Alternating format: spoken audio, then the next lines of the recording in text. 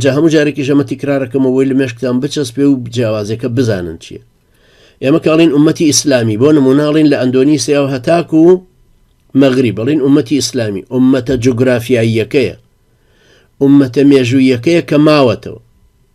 بەڵام کاڵین ئومەتی مسلمان، مەبەستمان لەو کەسانەیە کە مەنهەجە عەقائیدەکان وەرگرتو و لەسەر سیرەی سەیدنا ئادەم ڕۆیشتو، کە ئەو فەرمووی وەجعلنا ئومەتە مسلمەتەن وجعلنا مسلمين لك ومن ذريتنا أمة مسلمة لك وأرنا مناسكنا.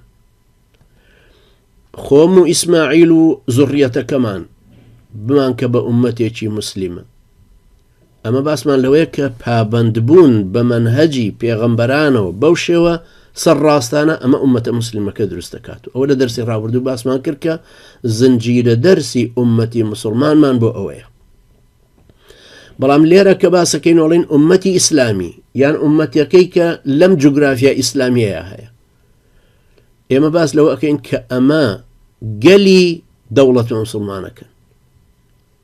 کابرا لە ژێر دەسەڵاتی خەلیفەی مسلمانانە ژیاوە لە سەردەمانی عەباسی و دواتر و پێشتر ئەنو ئاوەشکاڵ ئومەتان و گەلان و خەڵکی تری تیا بوو، بەڵام ئەمانە هەمویان ئەو خەڵکن کە بەشێکن لە دەوڵەتەکە.